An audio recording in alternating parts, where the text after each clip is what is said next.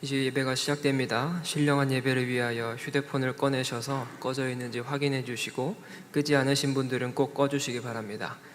예배 중에 마스크를 반드시 착용해 주시고 찬양 중에도 마스크를 착용해 주시기 바랍니다. 이 자리에 계신 성도님들도 온라인으로 예배드리는 성도님들도 온 몸과 마음을 예배로만 집중해 주시기 바랍니다. 이제 다 함께 묵도하심으로 주일 낮 예배를 하나님께 드리겠습니다.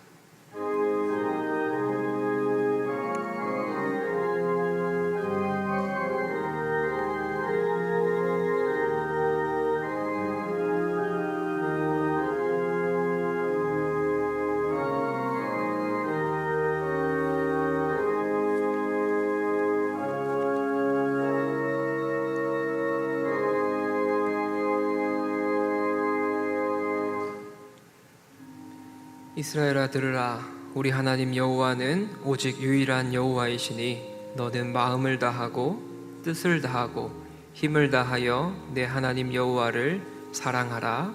아멘. 하늘에 계신 우리 아버지여, 이름이 거룩히 여김을 받으시오며 나라가 임하오시며 뜻이 하늘에서 이룬 것 같이 땅에서도 이루어지이다. 오늘날 우리에게 일용할 양식을 주옵시고 우리가 우리에게 죄 지은 자를 사하여 준 것 같이 우리 죄를 사하여 주옵시고 우리를 시험에 들게 하지 마옵시고 다만 악에서 구하옵소서. 대개 나라와 권세와 영광이 아버지께 영원히 있사옵나이다. 아멘.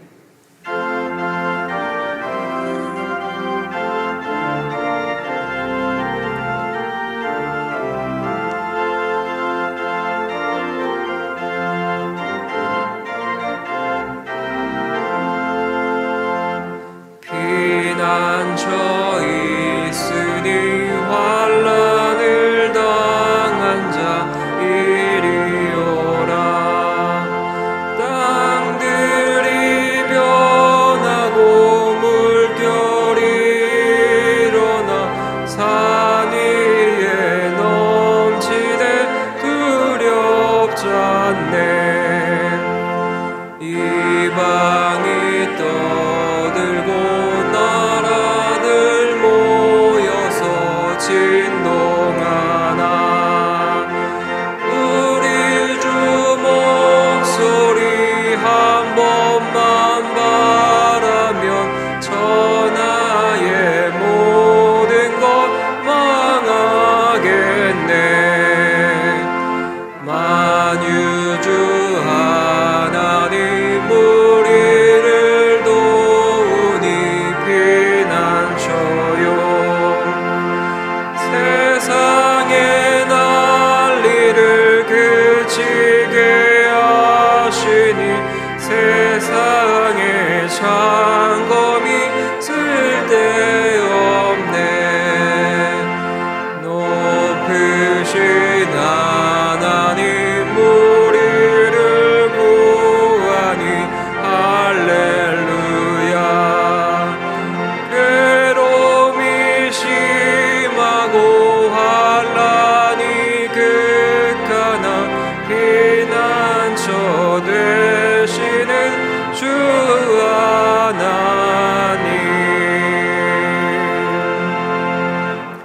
교동문 제58문 시편 133편입니다. 제58문 시편 133편을 함께 교독하겠습니다. 보라, 형제가 연합하여 동거함이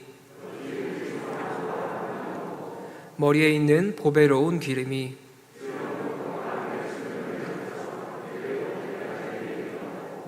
헐몬의 이슬이 시온의 산들에 내림 같도다. 거기서 여호와께서 복을 명하셨나니 곧 영생이로다. 아멘.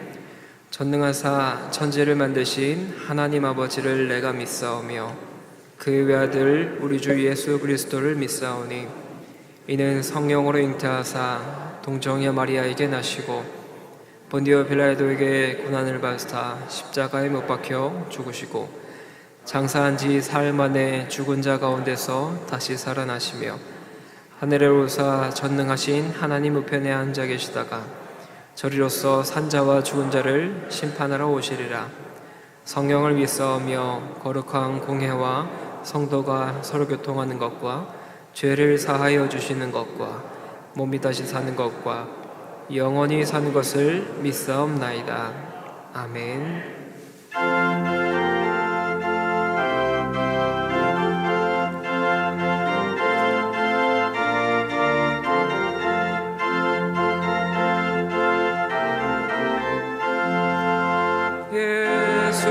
예수님은 누구신가? 우는 자의 위로와 없는 자의 풍성이며 천한 자의 높음과 잡힌 자의 노임 되고 우리 기쁨 되시네. 예수님은 누구신가?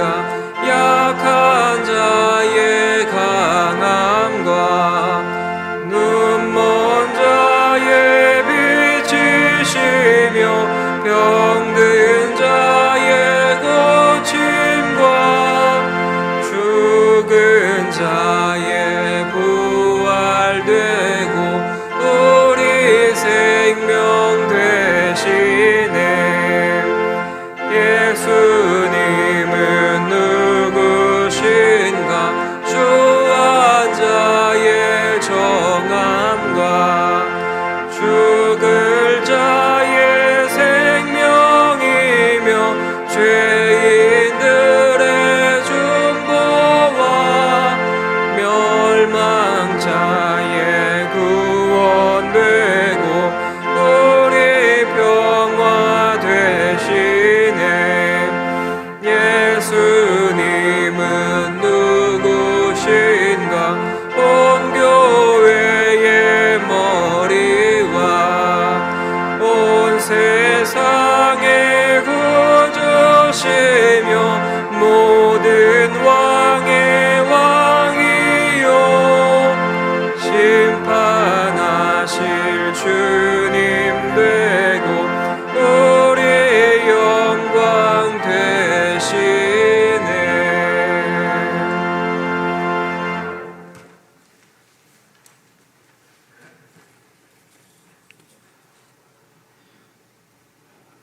사랑과 은혜가 풍성하신 하나님 아버지, 온 세상이 초록으로 푸름으로 뒤덮인 5월의 셋째 주일 아침, 저희를 이 자리에 불러 모이게 하시고 온라인 영상으로 함께 예배드릴 수 있게 하여 주심을 감사드립니다. 매 주일마다 드려지는 예배가 얼마나 소중한 것인지를 깨닫게 하여 주시고 어떠한 상황에서도 멈추지 않고 지금까지 주일 성수를 지키게 하여 주시니 감사와 찬양과 영광을 돌립니다. 지난주부터 수요예배, 금요 심야교대를 회복시켜 주시고 다음 주 주일 5월 24일부터 1, 2부 예배를 온라인 영상 예배와 함께 회복시켜 주시니 기쁨과 감사를 주님께 드립니다. 지금 겪고 있는 바이러스 전염으로 인하여 일상생활이 무너지고 참아내기 힘든 시간과 많은 것을 잃어버리면서도 죄 많은 우리들은 여전히 회개하고 용서를 구하기에 앞서 세상적으로 해결하려고만 애쓰지만 결국 하나님의 뜻에 속한 것임을 깨달아 무릎 꿇고 기도하오니 긍휼히 여겨주시고 속히 이 환난에서 벗어나게 하옵소서. 특별히 하나님께서 직접 우리에게 써주신 거짓 신을 두지 말고 우상을 만들지 말고 거짓 신앙 고백하지 말고 안식일을 지키라는 하나님의 사랑과 부모 공경, 살인, 간음, 도둑질하지 말고 이웃의 거짓 증거와 탐내지 말라는 이웃 사랑에 대한 십계명을 순종하여 지키지 못하고 신앙생활을 하였음을 고백합니다. 우리를 불쌍히 여겨주시고 용서하여 주시옵소서. 우리에게 부모, 형제, 아내, 남편, 자녀를 허락하셔서 가족과 가정을 이루게 하시니 감사드립니다. 하나님께서 허락하신 가족과 가정을 통하여 사랑의 기초가 쌓이게 하여 주시고 그 기쁨과 평강이 이웃에게 흘러나가게 되는 삶을 허락하여 주옵소서. 오래전 미신과 우상 섬김이 만연했던 희망 없는 우리나라를 수많은 나라 가운데 택하시고 선교사님들의 핏값으로 세워주셨음을 한없이 감사드립니다. 가난에 대물림이 눌려있던 이 민족에게 복음을 주시고 우리의 죄와 허물을 씻어주셔서 지금의 우리가 갖는 진리의 자유를 누리며 살아감은 오직 주님의 긍휼의 은혜임을 고백합니다. 이제 우리 모두는 구습을 벗어버리고 택함받은 백성으로서의 합당한 삶, 하나님의 뜻을 펼쳐 나아가는 삶을 살아가게 하옵소서. 아름다운 교회를 허락하시고 섬기게 하여 주시니 감사드립니다. 온몸과 뜻과 힘을 다해 하나님을 사랑하고 교회를 사랑하게 하옵소서. 그리하여 오래된 교회보다는 오래 다닐 수 있는 아름다운 교회를 지켜나가게 하옵소서. 자녀들을 위하여 기도드립니다. 유아, 유치유년, 초등부의 어린 자녀들이 키가 자라고 몸도 튼튼하게 자라도록 돌보아 주셔서 하나님과 사람에게 칭찬받는 자녀들이 되게 하여 주시옵소서. 또한 중고등부 자녀들은 주의 사랑과 교훈으로 선히 인도하여 주시옵시고 저들을 주의 말씀 안에서 하나님을 영화롭게 하고 이웃을 사랑하는 데 삶의 궁극적인 목적을 두도록 먼저 세워 주시옵소서. 오늘날 수많은 젊은이들이 자기밖에 실제와 권위를 인정하지 않고 오로지 자기라는 울타리 속에서 진리를 찾고 권위를 찾으려고 하고 있으니 먼저 하나님을 믿는 우리들로 하여금 저들의 본이 되게 하여 주시어서 자기밖에 실제를 믿는 일이 삶을 더 풍요롭게 끌고 나갈 수 있음을 보여주게 하옵소서. 결코 나약한 그리스도인들이 되지 말게 하시고 외유내강의 청년의 기상을 가지고 하나님의 사랑을 이 땅에 실현시킬 수 있게 하옵소서. 바이러스 전염의 어려운 여건 속에서 전심을 다하는 당회장 최영태 목사님과 서교 장로님 중심으로 당회원 모두와 교육자 교사에게 기름 부으시고 할렐루야 찬양대의 특성과 거리두기 자리 안내와 소독, 체온재기와 기록 보조 등 각종 봉사로 예배를 섬기는 예배부 헌신의 손길을 기억하여 주옵소서. 이 시간 하나님의 말씀에 은혜 받고 기도로 준비하신 최영태 담임 목사님이 대언하시는 말씀을 통하여 우리들의 영육을 건강하게 하옵시며 새로운 소망과 결단이 생기는 살아있는 예배로 주님이 주관하여 주시옵소서. 전 세계에 퍼져 있는 선교사님들과 병원, 출장, 군대 어느 곳에든지 주님을 찬양하고 은혜 받고 영광 돌리는 자리가 되게 하옵소서. 내가 사망의 음침한 골짜기를 다닐지라도 해를 두려워하지 않을 것은 주께서 나와 함께 하심이라. 주의 지팡이와 막대기가 나를 안위하시나이다. 예수님 이름으로 기도드리옵나이다. 아멘.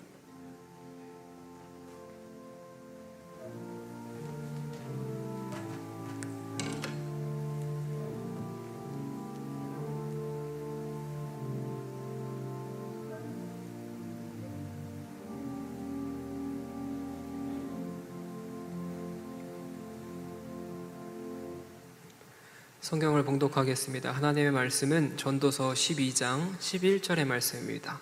전도서 12장 11절의 말씀을 제가 봉독하겠습니다. 지혜자들의 말씀들은 찌르는 채찍들 같고 회중의 스승의 말씀들은 잘 박힌 목 같으니 다 한 목자가 주신 바이니라. 아멘. 이제 할렐루야 찬양대원의 특주로 하나님께 영광을 돌리겠습니다. 이어서 지혜로운 스승의 말씀이라는 제목으로 담임 목사님의 말씀 선포가 있겠습니다. 많은 은혜 받으시기 바랍니다.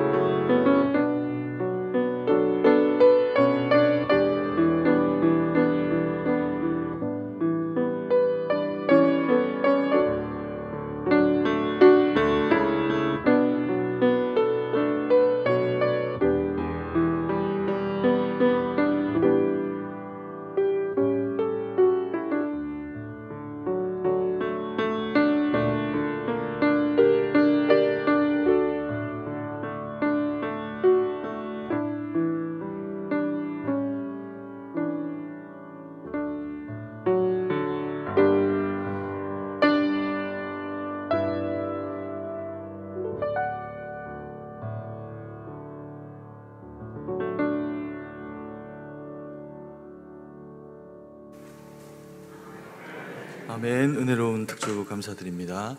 우리 할렐루야 찬양대에서 또 귀한 특주 준비해 주셔서 마치 꼭 사람이 노래하는 것처럼 그렇게 우리 영혼 가운데 들려지는 그런 그 아름다운 선율로 들려주셔서 너무 감사드립니다.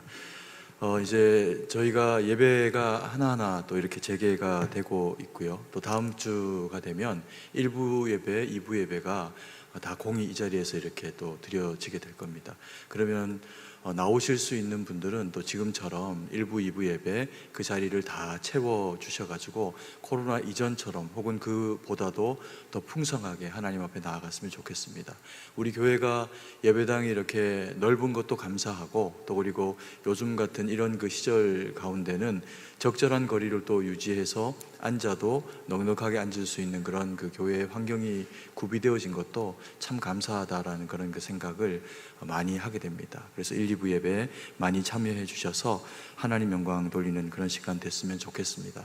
그리고 저희가 이제 다다음 주 정도에는 코로나로 힘들고 또 어려운 시절을 살아가고 있는 이 동시대의 많은 그 사람들에게 조금이나마 위로가 되어지는 그런 그 일들을 계획을 하고 있습니다. 그래서 오늘 이따 주보에도 또 광고를 하게 되겠지만, 코로나 헌금을 저희가 마음으로 이렇게 함께 모아가지고 연약한 또 힘들어하는 지체들을 좀 섬기는 그런 그 시간들을 가지도록 그렇게 하겠습니다. 기도하면서 그렇게 준비해 주셨으면 좋겠습니다. 우리 이 자리에 계시는 분들, 우리 좌우의 분들 한번 서로 복된 주일입니다 이렇게 인사했으면 좋겠습니다. 네, 그리고 우리 성도님들 지금 영상으로 또 이렇게 예배를 드리시고 계시는데요, 화면에 보이는 우리 전체 성도님들과 또 그 각 가정 가운데서 예배드리는 우리 성도님들이 할렐루야로 손을 흔들면서 함께 또 인사하겠습니다. 할렐루야. 네, 반갑습니다. 참 착합니다, 우리 성도님들 다. 말씀도 너무 잘 들어주시고 감사합니다.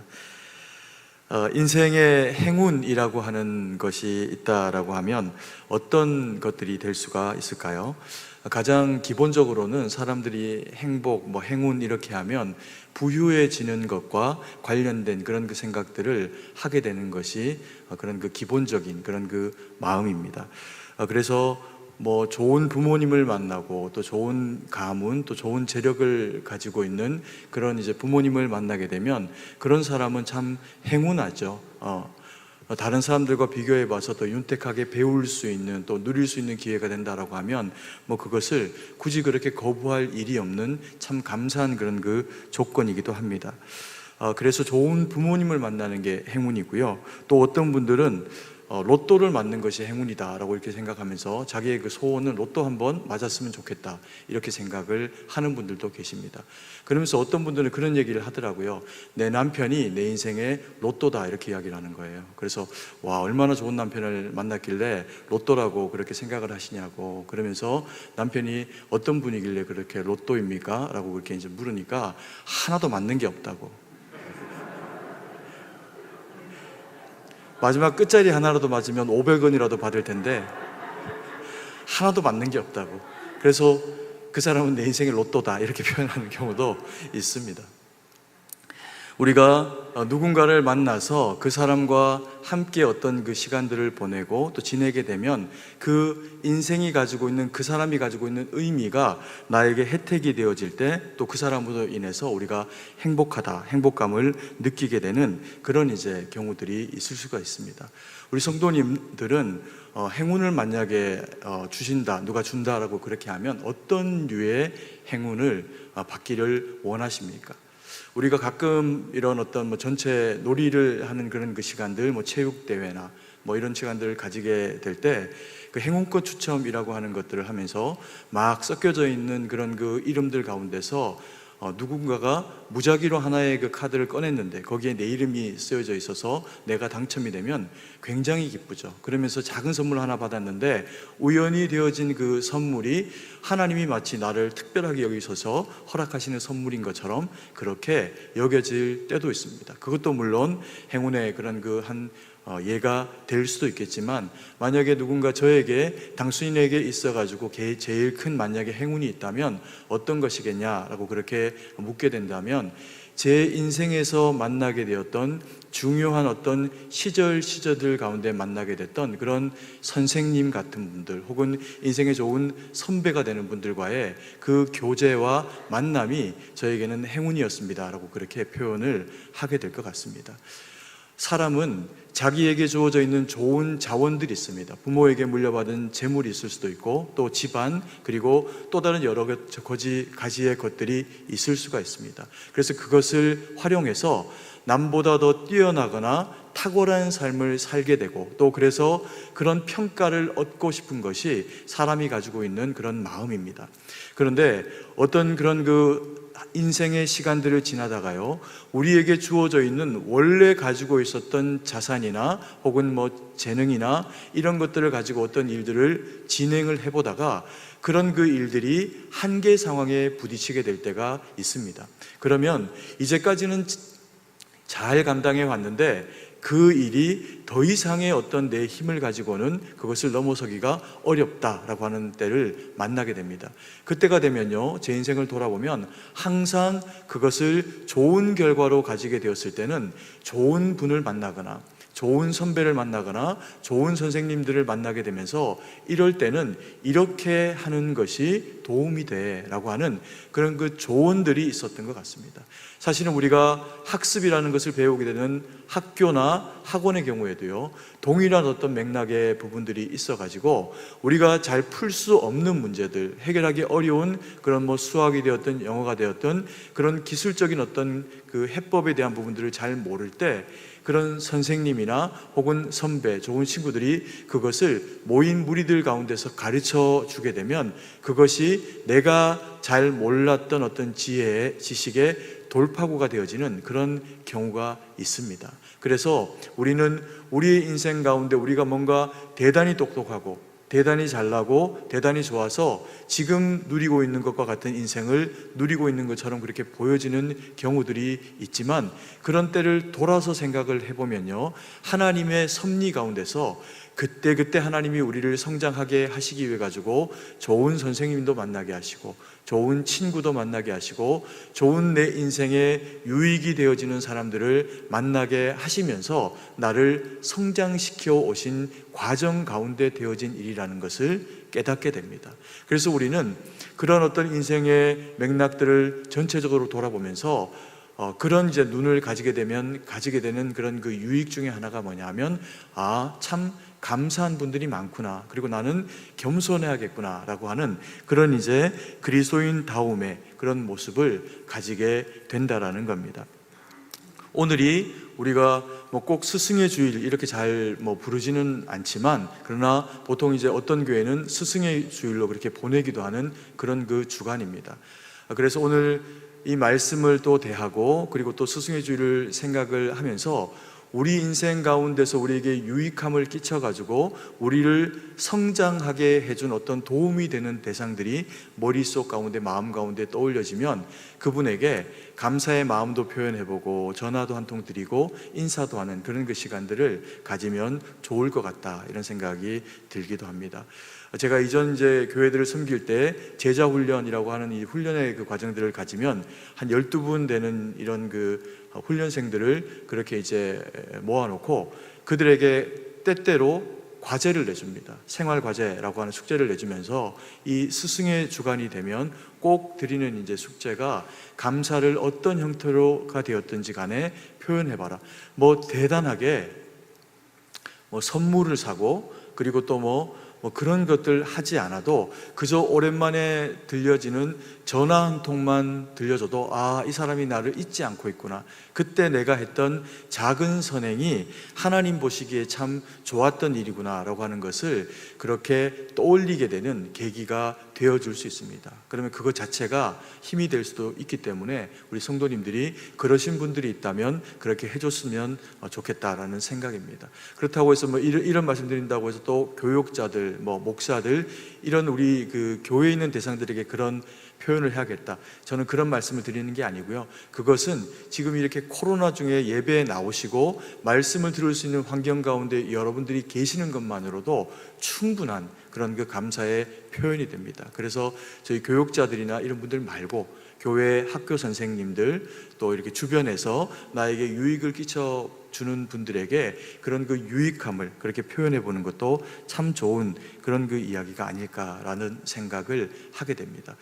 그런 맥락에서요, 인생에서 참 불행한 사람들이 어떤 사람이냐 하면, 뭐 돈이 많이 없고 또 고통스럽고, 이것도 불행한 일일 수 있죠. 그러나 이런 것들은 시간이 지나고 믿음 안에서 하나님이 힘을 주시고 복을 주시면 극복이 되어집니다. 그러면 이런 것들은 그닥 그렇게 뭐 불행한 삶이라고까지 이야기할 필요는 없는 일들입니다. 그냥 힘든 시절을 보내고 있는 거죠. 그런데 이 불행한 사람들이 어떤 사람들이냐 하면, 행복이 누군가가 내게 그 이상의 삶과 가치를 깨닫게 해주는 그 사람을 만나는 일이다라고 하면, 불행은 그와 같은 류의 사람이나 상황이 내 주변에 없는 경우입니다. 아무에게도 가르침을 얻을 수가 없고, 그래서 그 이상의 삶이 내게서 주어지지 않는다라고 하는 삶이 있다면 그 인생이 사실은 제일 불행한 인생일 수가 있겠죠. 왜냐하면 오늘을 살아가도 감사가 없고, 오늘을 살아가도 내일에 대해서는 더 좋은 미래의 가치에 대한 그 기약이 없기 때문에 그런 인생이 가장 사실은 불행한 인생이라고 볼 수 있습니다. 그래서 우리는 인생을 살면서요, 나이가 어리건 나이가 한창 때이건 나이가 들었건 항상 우리의 인생 가운데서 우리를 지도해 줄 수 있는 사람이나 무언가가 있어야 합니다. 그래야 사람은 성장을 할 수가 있고요, 우리가 그리스도인이 된다라고 하는 것이 가지는 가장 큰 유익은 지속적으로 하나님의 말씀을 들으면서 하나님이 우리의 선생님이 되어주셔서 우리의 인생을 날마다 어제보다 나은 오늘로, 오늘보다 나은 내일로의 믿음의 행보를 걷게 하신다는 겁니다. 근데 이게 없으면, 들을 수가 없고 또 마음에 새길 수 있는 기회를 가지지 못하면 사람이 성장하지 못하기 때문에, 그럴 수 있는 환경을 가지지 못한 자가 사실은 아무리 많은 것을 가지고 있다고 해도 어떤 맥락에서는 좀 불행한 사람일 수 있다는 겁니다. 그리고 그런 사람이 없어서 못 듣는 경우도 있지만, 더 불행한 경우는 뭐냐면요, 우리의 귀가 살다 보니 경륜도 쌓이고 나이도 들고 그리고 실력도 있어지고 하면서 누군가 다른 사람이 주는 그런 어떤 교훈과 음성을 들을 수 없는 심장을 가지게 되는 경우가 생길 수가 있습니다. 마음판이 딱딱해져 가지고 내가 제일 능력이 있는 것 같고, 내가 제일 똑똑한 것 같고, 내가 제일 잘난 것처럼 느껴지는 그런 그 순간 마음이 우리를 차지하고 장악하게 되면, 우리는 외부로부터 오는 거룩한 자극에 대해서 반응하기가 어려워집니다. 그러면 이런 분은 성장하기가 실제로는 어렵게 되는 겁니다. 그래서 항상 우리는 열린 마음을 가지고 또 열린 관계를 가지고 우리 부모님에게나 또 친구들에게나 작은 아이 하나에게까지도 귀를 기울이면서 그 순진한 아이의 입술을 통해서 나오는 그런 그 이야기들 가운데서라도 교훈을 얻을 수 있다면 그 교훈을 기대하고 찾으면서 살아가는 사람이 하나님 앞에서 더 많은 행복과 성장을 경험하게 되는 그런 사람입니다. 오늘 우리가 읽은 이 본문의 말씀 한번 보면요, 우리가 어떤 하나님의 말씀 가운데 노출이 되어져서 살아가져야 우리가 하나님께 영광을 돌리게 되는 삶이 될지에 대해서, 그래서 우리가 어떤 지혜자의 음성에 귀를 기울여야 되는지에 대해서 말씀을 하고 있습니다. 우리 12장 11절 말씀인데요, 한 절의 말씀을 같이 한번 읽도록 하겠습니다. 지혜자들의 말씀들은 찌르는 채찍들 같고 회중의 스승들의 말씀들은 잘 박힌 못과 같으니 다 한 목자가 주신 바이니라. 아멘. 여기에 보면 우리가 첫 번째로 좀 바라봐야 할 그런 그 말씀의 맥락이 어떤 것이냐면요, 주목해서 봐야 될 그 첫 번째 부분이 이 찌르는 채찍이라고 하는 표현입니다. 지혜자의 말씀, 하나님의 말씀이 찌르는 채찍 같고 라고 하는 이런 이제 표현을 가지고 이야기를 하고 있습니다. 이 찌르는 채찍은 어떤 걸까요? 채찍은 주로 흉악한 죄를 지었거나 혹은 반역자이거나, 그래서 강력한 어떤 돌이킴의 도구를 허락을 하기 위해 가지고 사람의 몸에 가하는 그런 그 위해입니다. 그래서 긴 가죽끈을 만들어 가지고 그것을 사람의 몸에 던지면 척척 달라붙듯이 사람 몸에 붙게 되면서 붉게 혹은 살가죽이 터지게 되면서 고통을 경험하게 하는 것이 이 가죽입니다. 그래서 도망간 노예나 죄인들이나 반역자들에게 가하는 이런 그 위해가 이 채찍으로 그렇게 많이 우리에게 떠올려지는 것이 사실입니다. 그런데 여기 본문의 말씀에 보면 그 채찍이요, 찌르는 채찍입니다. 그래서 그 찌르는 채찍이라는 얘기는 뭐 채찍의 끝에 동물의 이빨이나 뼈 조각이나 혹은 납덩이들을 붙여서 던지면 그것이 사람 몸에 붙었다가 떨어질 때 살가죽을 벗겨내는 그런 이제 고통스러운 작업을 하게 되는 것이 이 찌르는 채찍이라고 하는 표현입니다. 그런데 우리가 읽은 이 본문의 말씀을 원어 성경이나 혹은 영어 성경이나 다른 성경에서의 그런 그 형식으로 이 성경들을 바라보면 거기에는 이 찌르는 채찍이라고 하는 표현이 사실은 없습니다. 우리말 성경에만 있는 독특한 그런 그 표현에 해당합니다. 지난주 우리가 그 아브라함의 행보를 보면서 마침내라고 했던 그 표현이 우리말 성경에만 기록되어 있는 것처럼 이 찌르는 채찍이라고 하는 표현도 원어 성경이나 영어 성경을 찾아보면요, 뭐라고 표현이 되어 있냐면 도르본이라고 하는 그런 그 표현으로 표현하고 있습니다. 이게 이제 도르본이라고 하는 게 뭐냐 하면 가축을 칠 때 사용하는 막대기에 해당합니다. 그러니까 목자가 양을 몰거나 소를 몰고 가게 될 때 원거리의 거리를 이들과 함께 걷게 됩니다. 그럼 이제 이 목자에게는 두 가지의 도구가 필요한데요, 하나는 한 손에 든 지팡이입니다. 이것은 뭐 몸이 피곤할 때, 더 이상 걷기 힘든 어떤 그런 그 상황들이 되어질 때 짐승들과 함께 지구력을 내서 걷고 또 높은 곳을 올라갈 때 도움이 되기 위해서 목자가 짚는 그야말로 모세의 지팡이와 같은 지팡이입니다. 그래서 이걸 짚고 이렇게 가게 됩니다. 근데 이렇게 가다 보면 짐승들이 조금 길을 벗어나거나 혹은 또 다른 어떤 엉뚱한 형태의 그런 그 모습들을 보이려고 하는 경우가 있습니다. 그러면 이 도르본이라고 하는 이 막대기를 가지고 양과 소의 엉덩이를 툭툭 치면서 길을 벗어나지 않도록 제대로 된 길을 가도록 그렇게 해주는 장치가 이 도르본이라고 하는 막대기입니다. 그리고 또 이 막대기가 가지고 있는 또 하나의 그런 그 용도는 우리가 다윗과 골리앗의 전쟁에서도 봤지만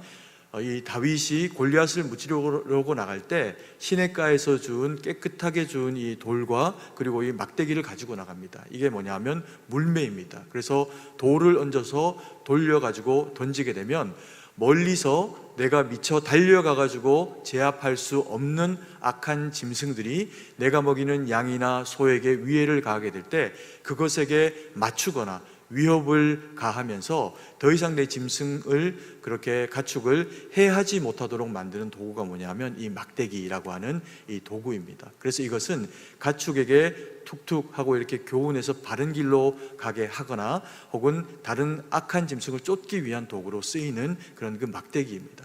그럼 이것을 이런 어떤 도르본이라고 하는 막대기로 우리의 삶에 이것을 적용하면 어떤 의미가 되겠습니까? 우리에게 하나님이 때로는 초달하시는 것과 같은 상황이 벌어질 수가 있죠. 성경은 이야기합니다. 초달하지 아니하는 부모는 자녀를 어떻게 하는 거라고요? 사랑하지 않는 것이다 라고 그렇게 이야기합니다. 그러면서 마땅히 아이가 잘못하고 그리고 마땅히 아이가 어리석은 길로 가게 되는 상황이 벌어지게 될 때는 아이의 종아리에 회초리를 대면서라도 그 아이가 바람직한 길로 돌아올 수 있는 길을 제공해 줘야 된다는 겁니다. 그게 이 초달, 막대기, 도르본이라고 하는 도구가 쓰임을 받게 되는 그런 이제 그런 그 목적입니다. 그래서 이것은 큰 형태의 어떤 그 가르침이라기보다는 작은 어떤 잘못을 했거나 나아가야 된 방향이 어그러질 때 그것을 더 제대로 된 방향으로 돌이키게 해주기 위한 도구로 쓰임받을 때 되어지는 것, 그게 이 도르본이라고 하는 그런 막대기라고 볼 수가 있습니다. 오늘 이 시대는 참 학교가 없는 것도 아니고 학원이 없는 것도 아닌데 참된 선생님을 만나기가 참 어렵다라고 하는 표현들을 많이 듣게 됩니다. 왜 그럴까요? 이전에는 그럼 그렇지 않았을까요? 이전에나 지금이나 참 좋은 선생님들은 많이 계십니다. 머릿속에 기억을 떠올려 보면 제게도 참 좋은 선생님들이 있었는데 시간이 지나면서 그 좋은 선생님들을 바라보는 그런 그 관점이 조금 바뀐 것도 사실인 것 같습니다. 어릴 때, 철없을 때는요, 뭐 시험 성적이 떨어지면 10점 떨어질 때마다 한 대씩 때리는 그런 선생님도 계셨고요. 또 어떤 선생님은 시험이 중간 기말고사를 치고 나서도 아무런 특별한 어떤 말씀을 하지 않는 분도 계셨습니다. 그러면 그때는 누가 좋은 선생님이었냐면요, 아무런 꾸지람도 하지 않는 분이었습니다. 그런데 시간이 조금 더 지나고 자라고 내가 아이들을 키워보고 그리고 제가 또 교육자가 되어져서 누군가에게 섬김의 도로 가르침을 선포해보고 이렇게 하면 그때 좋았던 선생님의 흑석이 좀 더 바뀌어지게 되는 그런 이제 흑백이 좀 바뀌어지게 되는 경우들을 만나게 됩니다. 생각해보면 꾸지람을 하고요, 그리고 또 시험이 성적이 떨어지면 회초리를 대기도 하는 그 선생님들 중에 아이들을 정말 뭐 무슨 자기의 성적을 올리기 위해 갖고 그렇게 폭력처럼 대했던 선생님이 아니라면 그게 애답고 또 자기 제자가 조금 더 잘 되게 하기 위해 갖고 애를 써줬던 선생님들은 머릿속에서 다시금 떠올려지는 겁니다. 그리고는 꿇어앉아서 혹은 뭐 벌을 서거나 아니면 엎드려져서 엉덩이를 세차게 맞았던 기억이 있는데도 불구하고요, 그 선생님이 보고 싶은 겁니다. 왜 그럴까요? 그 선생님은 마음을 다해서 사실은 우리에게 교훈해주고 교육해줬던 분이라는 생각이 듭니다. 요즘 같으면 뭐 아이들 이렇게 좀 뭐 체벌을 가하고 이렇게 하면요, 난리가 나죠. 아이들 자신이 경찰에다 신고를 하기도 하고 또 선생님에게서 체벌받은 것을 집에 돌아와 가지고 부모에게 이야기를 하면 그 부모들 가운데 좀 정신이 부족한 분들은 학교 가서 난리를 냅니다. 내 아이가 어떤 아이인데 아이의 몸에 손을 대냐고 막 이제 선생님에게 그렇게 하는 분들도 있다라고 이야기를 합니다. 그러나 우리가 좀 돌아 생각을 해보면요, 우리의 인생 가운데서 우리에게 선하고 좋은 말만 하는 것과 선하고 좋은 말을 하지만 때로는 따끔하게 인생의 어떤 교훈이 되는 충고를 해주는 대상이 동시에 있다면 후자는 본인이 마음이 상하게 되거나 혹은 욕을 먹게 되는 상황까지도 염두에 두고 아이에게 교훈하는 이야기를 하거나 혹은 교훈의 매를 대는 그런 상황을 연출하고 있는 겁니다.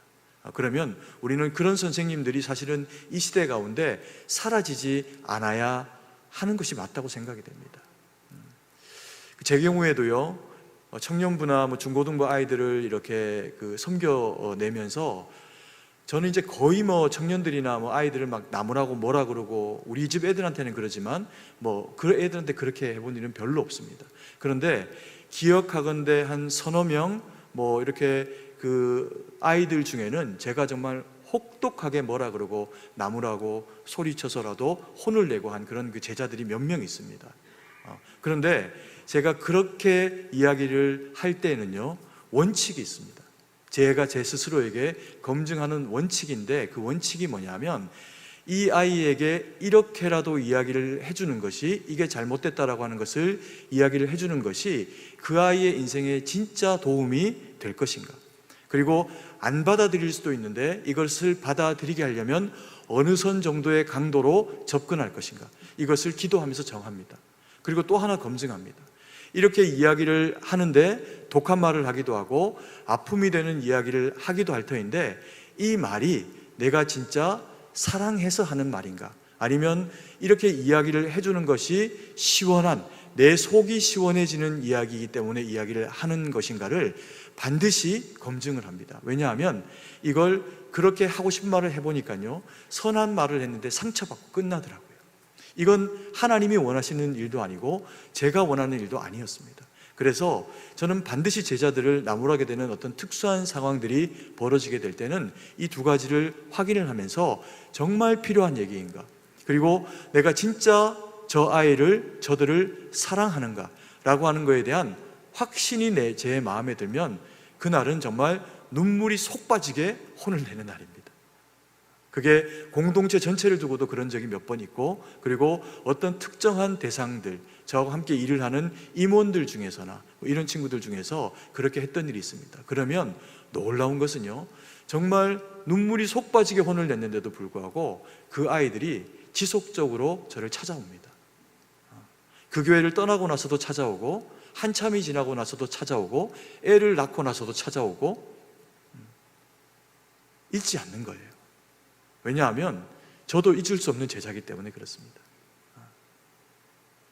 그게 제가 담임 목사로 승동교회를 섬겨보니, 부교육자로 섬길 때 제가 열심히 잘 섬겨야 한다라고 하는 것의 섬김과, 담임 목사로 저는 영적인 가족이 되어서 최종적인 영적인 책임자가 되어서 이 그룹을 하나님 앞에 거룩하게 이끌어 가야 한다라고 하는 생각이 가지고 있는 무게중심이 다르니까 때로는 제게서요, 강단을 통해서도 그런 표현들이 나올 때가 있더라고요. 그러나 절대로 오해하지 마십시오. 저는 우리 성도님들 가운데 미워하는 분이 아무도 없습니다. 저는 로또 복권을 사질 않거든요. 그래서 우리 성도님들 중에 로또 같은 분이라고 생각하는 분을 아무도 두지 않습니다. 그게 감사하고 그게 기쁠 따름입니다. 이 채찍, 찌르는 채찍, 도르본이라고 하는 것은 그런 맥락에서요, 함께 같은 목적지를 향해서 나아가기 위한 거룩한 방편이 될 때 스승이 제자에게 가하는 사랑의 매입니다. 그래서 이것이 귀한 것이라는 거죠. 그리고 그 다음번에 표현되어지고 있는 내용이 뭐냐면요, 다시 한번 본문의 말씀을 한번 띄워주시고 그 본문의 말씀을 같이 한번 읽도록 하겠습니다. 지혜자들의 말씀들은 찌르는 채찍들 같고 회중의 스승들의 말씀들은 잘 박힌 목과 같으니 다 한 목자가 주신 바이니라. 아멘이시죠? 두 번째 우리가 눈여겨 바라봐야 될 그 표현은 뭐냐면, 찌르는 채찍에 이어가지고 주어지는 회중의 스승들의 말씀은 무엇과 같고 잘 박힌 못과 같고, 이렇게 표현합니다. 잘 박힌 못과 같은 것이 무엇을 나타내는 걸까요? 못은 어떤 때 필요한 걸까요? 못은 함부로 박아놓으면요, 흉이 됩니다. 이렇게 요즘처럼 디자인을 예쁘게 해놓은 이런 집에 이사했다고 못질을 함부로 하게 되면 그건 정말 흉한 못자국이 됩니다. 그래서 못질은 함부로 하는 게 아닙니다. 꼭 필요한 자리에 못을 걸어두게 됩니다. 그 거는 이유는 뭐냐 하면, 그 못을 깊게 벽에 박아서 거기에 다른 무거운 것, 옷이 되었건 아니면 또 다른 무엇이 되었건 거기에 걸어두는 역할을 합니다. 그래서 벽과 못과 또 다른 것들이 만나져서 거기에 걸리면서 하나된 모습을 보이게 되는 것이 이 잘 박힌 못이 가지고 있는 모습입니다. 그리고 또 못은 어떤 때 사용을 하게 됩니까? 가구를 짜게 될 때 그게 나무 못이 되었건 혹은 쇠로 만든 못이 되었건 피스이건 어떤 형태가 되었건 이 못은 하나의 그런 기둥과 또 하나의 면이 만나지게 하는 역할을 하면서요, 그것 둘을 꼭 붙어서 떨어지지 않도록 해주는 그런 역할을 하게 됩니다. 이 성경이 말하고 있는 잘 박힌 못질을 한번 해보셨죠? 어디엔가 못질을 하게 될 때 서투른 목술은요, 손으로 그걸 잡고 때리고 못을 박습니다. 그러면 자칫하면 그게 자기 손에 맞으면 이 손이 터지고 피가 나는 경우가 생길 수가 있겠죠. 그래서 잘 핀셋 같은 걸로 고정을 하고 못을 쾅쾅 하고 잘 박아 놓으면 그 박아 놓은 벽이나 혹은 박아 놓은 가구의 의자의 한 귀퉁이에 박힌 그 못은 빼기가 좋을까요? 어려울까요? 어렵습니다. 그 못을 빼려고 하면 벽의 일부가 시멘트가 떨어져 나가기도 하고 나무는 원래의 모형을 복원하기 힘들 정도로 깨어져 버리는 경우도 해보신 분들은 알 겁니다. 많이 발생을 하게 됩니다. 그래서 이 잘 박힌 못은 무엇을 의미를 하는 거냐면요, 하나님의 말씀을 마음판에 새겼습니다. 예배를 통해서, 묵상을 통해서, 기도를 통해서 주신 말씀을 마음판에 새겼습니다. 그리고는 이 잘 박힌 못과 같은 이 말씀을 뽑아버리고 나가는 게 아니라, 뽑아버리고 나가면 어떻게 될까요? 거기서 피가 철철 나겠죠. 그래서 그 잘 박힌 못과 같은 하나님의 말씀을 우리의 심중에 잘 박고, 그리고는 세상 가운데 나아가서 세상에 필요로 하는 어떤 역할들을 감당을 할 때 꼭 필요한 대상이 되어주는 겁니다. 어떤 필요한 대상이요? 그들의 필요를 따라 필요한 대상이 되어주는 것도 사실이지만 거기에 그리스도 예수의 사람으로 하나님이 세상 가운데 내어보내신 그리스도인의 모양으로도 거룩한 모습을 감당해 주는 것, 그것이 잘 박힌 못으로서의 말씀을 마음의 심중에 지닌 사람이 나타나게 되는 모양입니다. 그 제 제자들 가운데 제가 잊지 않고 교회를 가면 한 번 정도는 이렇게 설교할 때 예화로 등장시키는 제 제자 중에 한 사람이 있습니다. 여제자인데요. 이 친구가 20대 중반에 힘들게 공부를 하고 또 그리고 이제 교사가 됩니다. 그리고 중학교에 부임을 하게 됐는데 차라리 고등학생이 훨씬 더 다루기가 쉽지 중학생 아이들을 케어하는 일은 정말 쉽지 않은 일입니다. 오죽하면 북한이 침공해 내려오지 않는 이유가 대한민국 국군 때문이 아니라 중2 때문이라고 그렇게 이야기를 하겠습니다. 그래서 이 중학교 2학년 아이들, 이 중학생 아이들은 정말 사람이 아니모니다. 진짜 쉽지 않은 면들을 가지고 있습니다. 본인도 힘들고 본인을 바라보는 사람도 힘든 인생의 그 변화의 격동 가운데 있는 시기이기 때문에 그렇습니다. 그런데 이 자매가 교사가 되고 중학교 이제 얼마 안 되고 나서 중학교 2학년 그 아이 담임이 된 겁니다. 근데 이제 좀 힘든 지역에, 그리고 또 좀 그러다 보니까 부모님들과 이 깨어진 가정도 많고 또 온전한 가정이라고 해도 경제적으로 어려우니까 너무 치열한 구조 가운데서 살아가다 보니까 애들이 마음이 많이 상한 애들이 그 학교를 다니는 겁니다. 그러면서 이제 그 말썽을 많이 부리는 아이들이 더 많이 모여 있는 반에 이 여리디 여린 이 자매님을 학교에서 이제 배치를 한 겁니다. 그래서 아닌 게 아니라 수업을 하고 영어를 가르치는데 뒤에서 막 싸우고 농담하고 떠들고 그리고 지네들끼리 치고받고 싸우는데 남자애들만 그런 게 아니라 남자애하고 여자애도 싸우고 막 이게 난리가 아닌 겁니다. 그래서 불러다가 교훈하기도 하고 타이르기도 하고 뭘 사매교도 보기도 하고 그런데 그렇게 잘 해줄수록 더 우습게 하는 겁니다. 왜요? 예쁘장하게 빼짝 마른 날씬한 선생님이 와가지고 그렇게 하니까 우스운 거죠. 그래서 뭐 이렇게 얼러도 보고 또 나무라도 보고 그렇게 해도 얘들이 점점 더 그런 그 강도가 세져가고 그 대장 같은 역할을 하는 녀석이 여자아이인데 그 아이가 반의 분위기를 그렇게 주도해 버리니까 학습이 하나도 되질 않는 겁니다. 그래서 하루는 불러다가 앞에 불러내서 왜 그러냐, 왜 친구에게 그렇게 하냐라고 하면서 이렇게 뭐라고 그러니까 얘가 이제 거의 뭐 이렇게 막 입에서 나온 대로 막 이야기를 하면서 되든 겁니다. 반이 완전 분위기가 망쳐진 거예요. 그래서 이 아이가 이 자매가 어떤 그 태도를 보였냐면요, 그렇게 막 자기에게 막 욕을 하고 항변하고 있는 그 아이를 그냥 와락 껴안고 울어버린 거예요. 왜 그랬을까요? 할 수 있는 게 그거밖에 없기 때문에 그랬습니다. 포기는 못하겠고 뭐라고 해도 듣지를 않고 그 인생을 바라보니 불쌍하기도 하고 자기가 할 수 있는 능력이 그것밖에 없다는 게 또 속상하기도 하고, 그래서 그 친구가 취한 그 방식이 뭐냐면요, 와락하고 껴안고 그냥 엉엉 운 거예요. 그랬더니만 처음에는 이 아이가 왜 그러나 싶어갖고 놀래갖고 빠져나오려고 몸부림을 치다가 뭔가 거친 숨소리가 들리는 겁니다. 같이 운 거죠. 그리고는 그 반이 갑자기 완전히 변화되고 좋아졌을까요? 그렇지 않습니다. 또 싸우고 또 말 안 듣고 여전히 그랬죠. 그런데 그게 놀랍게 계기가 돼서 걔가 교통정리를 해가기 시작하는 거예요. 그러지 마라 라고 하기도 하고 선생님한테 함부로 하지 마라 라고 하기도 하고 그런 일들이 벌어지면서 그 반이 완전히 분위기가 잡혀버린 겁니다.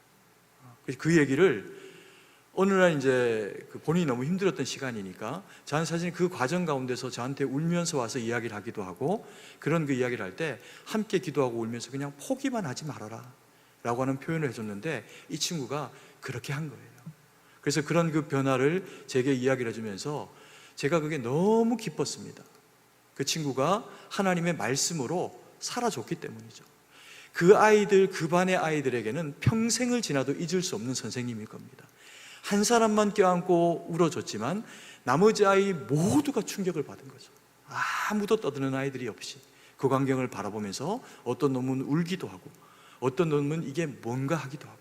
그러나 하나님의 역사는 하나님의 말씀을 잘 박힌 목과 같이 가진 한 자매를 통해서 흘러가더라는 겁니다. 그게 잘 박힌 목과 같은 상태의 말씀이에요. 그리고 우리가 세 번째로 좀 바라봐야 될 중요한 표현이 있는데, 이 표현이 뭐냐면요, 우리가 읽은 그 본문의 마지막 말씀에 보면 찌르는 채찍들 같고, 지혜자의 말씀들은 찌르는 채찍들 같고 회중의 스승들의 말씀은 잘 박힌 목과 같으니, 맨 마지막 절만 우리가 같이 한번 읽어보겠습니다. 다 한 목자가 주신 바이니라. 이 채찍이 그리고 잘 박힌 못이 다 뭐라는 겁니까? 말씀이라는 겁니다. 말씀이라는 겁니다. 근데 이 말씀이 두 선생님, 세 선생님, 여러 선생님에게서 나온 말씀이 아니라 누구의 입술을 통해서 나왔든지 그 말씀은 다 누구의 말씀이라는 거예요?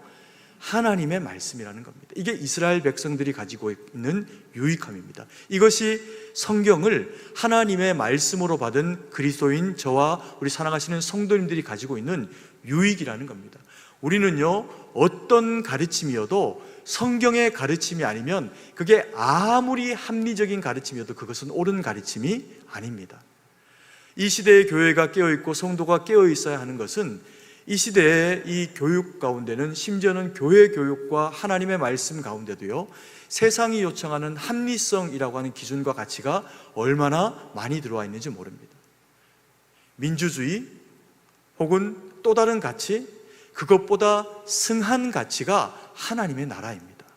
그래서 우리는 하나님의 말씀을 가지고요, 주님께로 배운 그 말씀을 가지고 세상 가운데 나아갈 때 도르본을 가지고, 그리고 또 잘 박힌 목과 같은 삶으로 그렇게 살아야 한다는 겁니다. 그런데 아까 전에 말씀드렸지만요, 이 표현, 이 도르본이라고 하는, 막대기라고 하는 표현을 우리말 성경에는요, 이걸 찌르는 채찍이라고 표현합니다. 놀라운 표현이에요. 이걸 왜 이렇게 번역을 하게 되었을까요? 잘못된 번역일까요? 그렇지 않습니다. 히브리어 성경에도 그렇게 표현하지 않고 영어, 중국의 성경에도 다 그냥 막대기입니다. 이렇게 표현하는데, 우리나라에서 선교사님이 이 중국어 성경으로 이것을 번역하는 과정 가운데서 선교사님과 그 작업을 함께 도운 이 믿음의 선조들이 이걸 무엇이라고 해석을 했냐면 찌르는 채찍이라는 겁니다. 놀라운 표현이에요. 이것은 틀린 표현이 아니고요, 복음의 진리를 경험한 사람들이 해석해낼 수 있는 표현이라는 겁니다. 그래서 이 말씀, 전도서 12장 11절의 한 절의 말씀은요, 읽고 묵상을 하면 한 가지의 거룩한 가르침, 십자가의 도가 떠오르는 가르침으로 이 표현을 해내고 있습니다. 여러분, 채찍질, 그것도 살이 뜯겨 나가는 찌르는 채찍은 누가 받은 겁니까? 예수 그리스도가 우리의 죄를 대신해서 십자가에 죽으시기 전에 빌라도 앞에 수치스럽고 모진 고난과 모욕을 당하시고 난 이후에 십자가를 지기 전에 그의 홍포를 벗기고, 그리고는 그의 그 벗은 몸에 가하게 된 것이 찌르는 채찍입니다. 한 대, 두 대 채찍을 던질 때마다 그 납과 짐승의 뼈조각이 살덩이를 뜯어내면서 피가 펑펑하고 쏟아져 나오는 그 채찍을 맞은 분이 바로 예수 그리스도라는 거예요. 그래서 이것은 단순한 가르침이 아니라 희생입니다. 가르침은, 교육은 희생을 각오하지 않고 되지 않습니다. 제가 여러분들에게요, 매번 좋은 얘기만 하고 매번 귀에 아름다운 이야기와 웃기는 이야기만 할 수 있을까요? 없을까요? 할 수 있습니다. 근데 성경이 그렇게 이야기하는 것을 뭐라고 표현한 줄 아십니까? 거짓 목자다, 거짓 선지자다, 사꾼이다, 이렇게 표현하더라고요. 그래서 때로는 우리가 전하는 저의 마음도 아프고 힘들지만 제가 많은 교회들을 담임 목사가 되기 위해서 면접도 보고 이력서도 내고 하는 과정 가운데 하나님이 한 가지 굉장히 중요한 것을 깨닫게 하신 게 있어요. 전에도 말씀드린 적이 있을 것 같고 또 앞으로도 이 얘기를 가끔씩 하게 될 수가 있을 것 같지만 제가 잊어버리지 않기 위함입니다. 제가 깨달은 그 중요한 가치 중에 하나가 뭐였냐면요, 부목사는, 제가 부목사일 때는 잘하면 되더라고요. 설교도 잘해야 하고, 그리고 섬김도 잘해야 되고, 사역도 잘해야 되고, 신방도 잘해야 되고, 잘하면 되더라는 겁니다. 근데 하나님이 어느 날 제게 어떤 한 교회를 딱 지나게 하시면서 그게 아니라는 것을 확 깨닫게 하셨어요. 뭐냐 하면 담임 목사는 잘하는 사람이 아니라 사랑하는 사람이다. 잘하는 거는 사랑의 표현일 뿐이고 담임 목사는 성도를 사랑으로 섬겨내야 하는 자다라고 하는 것을 하나님이 제게 잘 박힌 목과 같이 뺄 수 없는 못으로 깨닫게 하셨습니다. 그래서 이 심장을, 그런 심장을 가지고 와서 우리 성도님들에게 그것을 표현하고 살아가다 보니까 때로는 제가 더 강한 표현으로 혹은 마음이 아플 수 있는 어떤 표현도 잘하고 있는 말에게 채찍을 가하는 것과 같은 상황이 벌어지기도 하더라는 거죠. 그래서 뭐 그런 어떤 유의 말씀이 혹 제게 강도 있게 전해지는 때가 생기면 우리 목사님이 뭐 나를 들으라고, 누구 들으라고 이렇게 이야기를 하나 보다. 절대 그렇게 생각하시면 안 됩니다. 그건 죄인이 가지는 마음이고요, 우리는 다 하나님의 백성에게 주시는 거룩한 말씀으로 들으면서 우리를 성장시켜내야 합니다. 아멘이십니까? 그게 아프나 쏟아내야 하는 저와 아프지만 수용해내야 되는 성도님들 사이에 있어져야 하는 일입니다. 그리고 또 하나의 이 표현, 잘 박힌 못, 역사상, 인류 역사상 가장 잘 박힌 못은 그리스도의 십자가예요.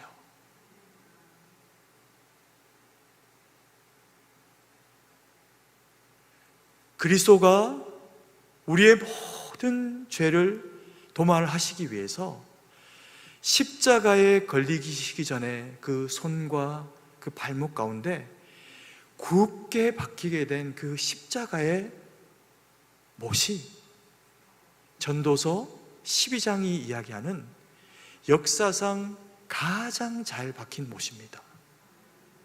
그래서 우리는 그 십자가의 못자국을 우리 마음에 함께 못 박고 살아가서 우리의 손과 우리의 발에 주님의 그 십자가의 흔적을 가지고 살아가는 자들입니다. 그래서 그리스도인이라는 거예요. 어느 날 제가 하나님 앞에 깊이 기도를 하면서 성령 하나님이 정말 우리 주님이 내게 진짜 계시는구나 라고 하는 것을 느끼게 해주셨던 때가 있습니다. 그때 하나님이요, 멀리 있는 교회의 예배당에 있는 십자가를 보라고 하신 게 아니었어요. 내 손이 또 다른 내 손을 만지게 하시고, 내 손이 내 몸에 있는 또 다른 몸의 흔적을 만나게 하시고, 그리고 내 발에 있는 또 다른 흔적을 더듬게 하시면서 바로 그리스도의 성전이 되어진 내 몸 안에 주님의 못자국이 있고 창자국이 있고 또 다른 못자국이 있는 것을 하나님이 성령의 감화 감동 가운데 느끼게 하시더라고요. 저만 그럴까요? 예수의 이름으로 구속된 저와 우리 모든 사랑하시는 성도님들이 다 그와 같은 잘 박힌 목과 같은 예수의 십자가의 흔적을 가지고 있습니다. 그래서 우리는 기도하고 찬양할 때 성령의 감동이 이루고 그리고 아멘 주여 고백할 수 있는 겁니다. 우리가 이 말씀 마음에 생각하고 정리하면서요, 우리는 찌르는 채찍과 같은 교훈을 받았는데 주님이 받으셨어요. 그게 십자가입니다. 우리는 잘 박힌 못과 같은 교훈을 받았는데 그 못이 바로 주님의 십자가입니다. 그리고 성경이 다 한 주님의 교훈 말씀이라고 이야기를 하는데요, 우리에게 그 주인, 그 말씀을 주신 분이 바로 예수 그리스도세요. 그분을 믿는 분들이 바로 저와 우리 사랑하시는 성도님들이고, 그런 대상들을 세상이 그리스도인이라고 부릅니다.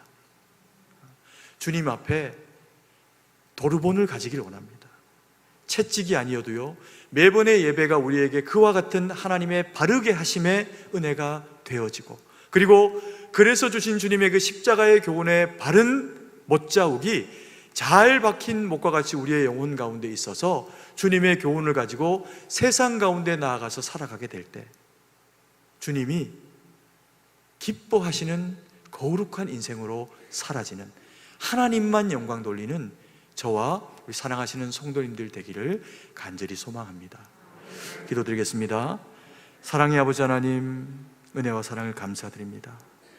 우리에게 참 스승이 되어주시고 참 주가 되어주시고 참 하나님이 되어주셔서 우리를 사망에서 생명으로 옮기신 것을 감사드립니다. 아버지 하나님, 세상에 얼마나 많은 거짓 교사들이 있습니까? 영혼을 갈취하고 자신이 사망의 음침한 골짜기로 가는 것도 모자라서 또 다른 영혼들마저도 사망의 음침한 골짜기로 끌고 가려고 하는 그런 아버지 하나님, 거짓 선지자와 같은 악한 교사와도 같은 그런 이단들, 신천지와 같은 통일교와 같은 그런 이단들도 있는데, 하나님, 우리로 그와 같은 길로 가지 않도록 인도하셨고, 그래서 아버지 하나님, 믿음 안에서 정말 주님 앞에 아름답고 잘 박힌 목과 같은 교회, 우리 승동교회 교인으로 불러주신 것을 감사와 영광을 올려드립니다. 하나님, 이 믿음 가지고 살아가게 하시고 다른 교훈에 귀를 기울이고 살아가지 않도록 주님 은혜 베풀어 주셔서 오직 주님만 바라보고, 한 번 오셨고 한 번 올리어 가심으로 다시 오실 주님만 바라는 신앙, 그 신앙 가지고 살아가는 저희가 될 수 있도록 주여 도우셔서 세상 가운데서 빛되고 소금된 역할 잘 감당해내는 저희가 될 수 있도록 역사하여 주시옵소서.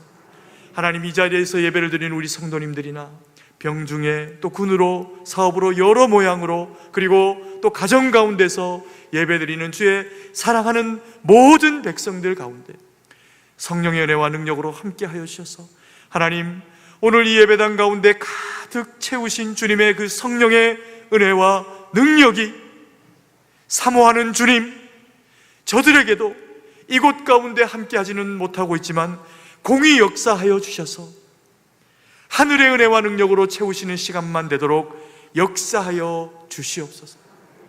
하나님, 그리고 다음 주부터 저희가 마음을 다하고 뜻을 다하고 힘을 다해서 다시금 주님 앞에 두려운 마음 버리고 오직 주님만 두려워하며 예배의 처소 가운데 나와서 아버지 하나님, 예배자로 서려고 합니다. 아버지 하나님, 주여 저희들을 지켜주시고, 그래서 드리는 1부 예배와 2부 예배 가운데 하나님의 놀라운 은혜와 능력으로 채워 주시옵소서. 회복하게 하실, 역사하실 예수님의 이름으로 기도드립니다. 아멘.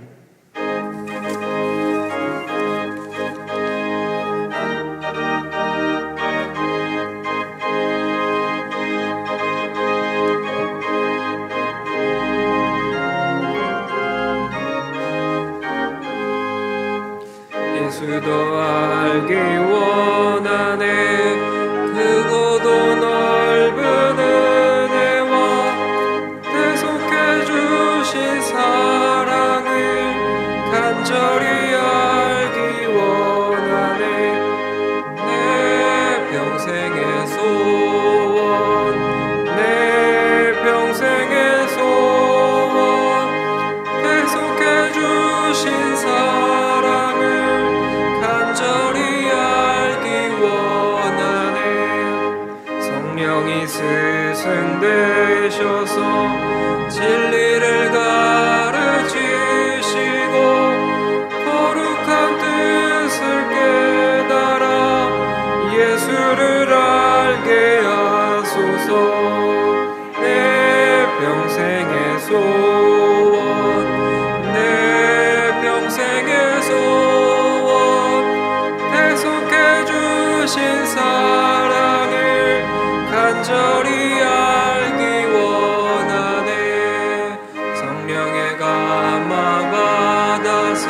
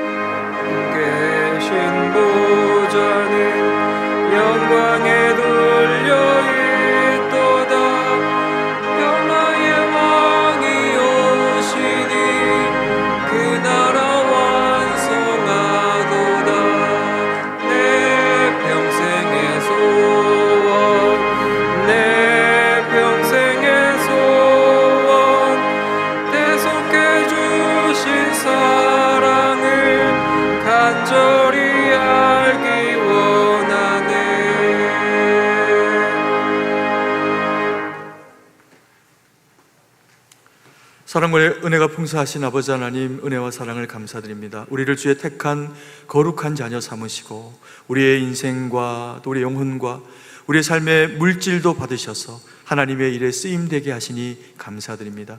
이 예물이 쓰이는 곳에 주의 은혜와 능력이 나타나서 하나님의 사랑만 흘러가는 도구로 쓰임받도록 은혜를 베풀어 주시옵소서. 사랑의 아버지 하나님, 이 나라가 너무나도 힘들고 어려운 때를 지나고 있습니다. 아버지 하나님, 그러나 이 나라는 항상 어렵고 위기의 시대를 살아왔사오니 아버지 하나님, 그래서 주님 앞에서 살기를 원합니다. 하나님, 이 땅에 흩어져 있는 수많은 아버지 하나님 교회들, 그리고 우리 승동교회가 하나님의 말씀과 뜻 가운데 바로 세워지고 강단마다 주의 생명의 복음의 능력의 말씀이 선포되어져서 하나님의 도를 가리지 않고 하나님의 백성이 거룩한 하나님의 말씀과 뜻 가운데 세워지게 하셔서 아버지 하나님, 그래서 저들이 잘 박힌 목과 같은 말씀 가지고 나아가 살아내는 이 나라와 회사와 아버지 하나님, 그 모든 지경들 가운데 거룩한 하나님의 역사만 드러나도록 함께하여 주시옵소서. 그래서 아버지 하나님, 이 땅이 하나님 앞에 잘 되어지기를 원합니다. 주님 오실 때까지 쓰임받는 나라, 아버지, 이 땅의 교회들, 우리 교회가 되기를 간절히 소망합니다. 주여, 성령의 기름 부으심으로 함께하여 주셔서 회개할 자 회개하고 성령의 능력을 힘입을 자 능력을 힘입게 하셔서 오직 하나님만 영화롭게 만드는 거룩한 백성들의 모임이 이 땅의 교회들 가운데, 우리 교회 가운데 이루어지게 역사하여 주시옵소서. 주님의 하실 크신 능력과 성령의 충만을 사모하며 살아계신 주 예수님 이름으로 기도드립니다. 아멘.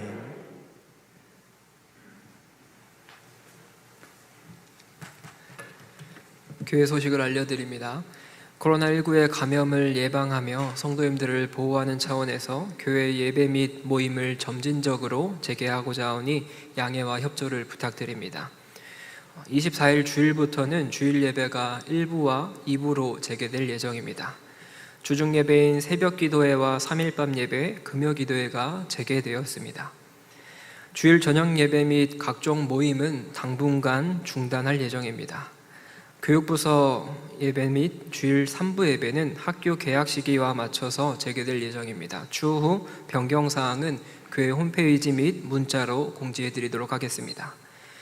코로나19 특별 헌금이 있습니다. 코로나19로 인해 어려움을 겪는 이웃을 돕기 위해서 5월 31일 주일에 특별 헌금을 드리고자 합니다. 주님의 사랑을 실천하는 마음으로 동참해 주시기 바랍니다. 5월 20일 수요일에 모세오경의 마지막인 신명 성경 개관이 영상으로 제공됩니다. 영상은 수요일 오전 10시부터 홈페이지 및 승동교회 유튜브 채널에 게시될 예정입니다. 실시간 예배 들어오실 때처럼 홈페이지 메인 화면에서 성경 개관 사진을 클릭하시면 보실 수 있습니다. 편하신 시간에 시청해 주시기 바랍니다. 지난 강의안들은 사무실에도 약간 비치해 놓았으니 필요하신 분들은 가져가셔도 되겠습니다. 나머지 광고는 주보를 참조해 주시고 이제 다 함께 일어나셔서 찬송가 1장을 찬양하고 축도로 예배를 마치도록 하겠습니다.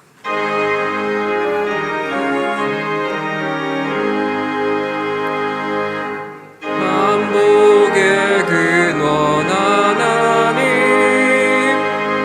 온 백성 찬송 드리고 저 천사여 찬송하세. 찬송 성부 성자 성령.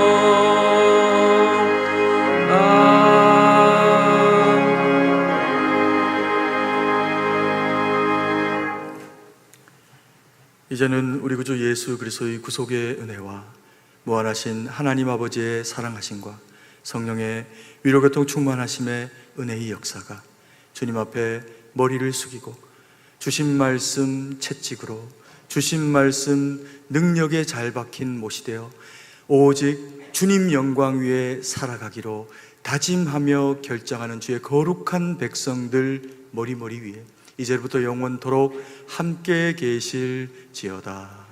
아멘.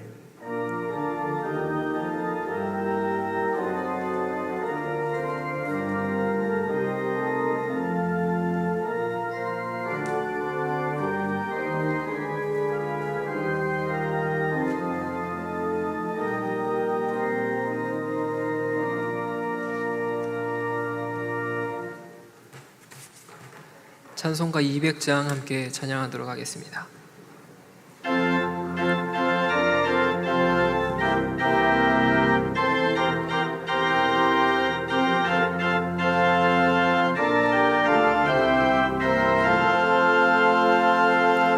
달고 묘한 그 말씀, 생명의 말씀은